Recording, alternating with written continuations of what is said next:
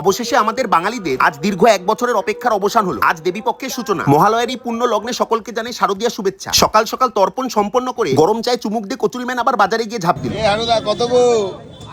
ওরে বাবা, দাম শুনে তো আমার চক্ষু ছানা বড়া। আমাদের জন্য খোকাই ভালো, বড় ইলিশ যতই বলুক। সারা সারা touch me touch me touch me, ভুলেও যাবে না স্পর্শ করা। আজ আবারও খোকার সাথী হলো ভোলা। তাহলে এই দুই কারণ অর্জুনকে নিয়ে হবে আজ দুপুরের খেলা। লাউ আর বেগুন নিতে গিয়ে মনে পড়ে গেল মেরে কারণ অর্জুন আয়েঙ্গে। এই ডায়লগটা আজ খুব দরকার ছিল। এনাও ধরো, আজ মহালয়, তার উপর আবার রোববার।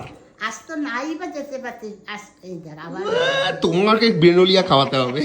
আজ দুপুরের মেনুতে 1, 2 আর 3টি ছিল লোভনীয় পদ। তবে মাছ বলেই দিয়েছিল এই পেঁপে ভাতে জল দিয়ে গিলে খেলে আমার কপালে আছে ভীষণ বিপদ। আচ্ছা, লাউয়ের ঘন্ট, ইলিশের মাথা নাকি চিংড়ি, কোনটা দিয়ে তোমরা খাও বেশি ভালো? আর ছোটবেলায় ঠিক এইভাবে উবুদশ 20-30 করে কারা কারা সিদ্ধান্ত নিতে সত্যি করে বলো। আজ ভোলাই ছিল পেঁয়াজ আর সর্ষে, আবার পেটে ডিমও পেলাম খুঁজে। আর প্রথমে আজ কারণ অর্জুন কেন বলেছিলাম, ভোলার মতো ইলিশের পেটও ডিম পাওয়ার পর আশা করি তোমরা গেছো বুঝে। যাওয়ার আগে সাবস্ক্রাইব করার ক্ষমতাটা লাগিয়ে যাও কাজে।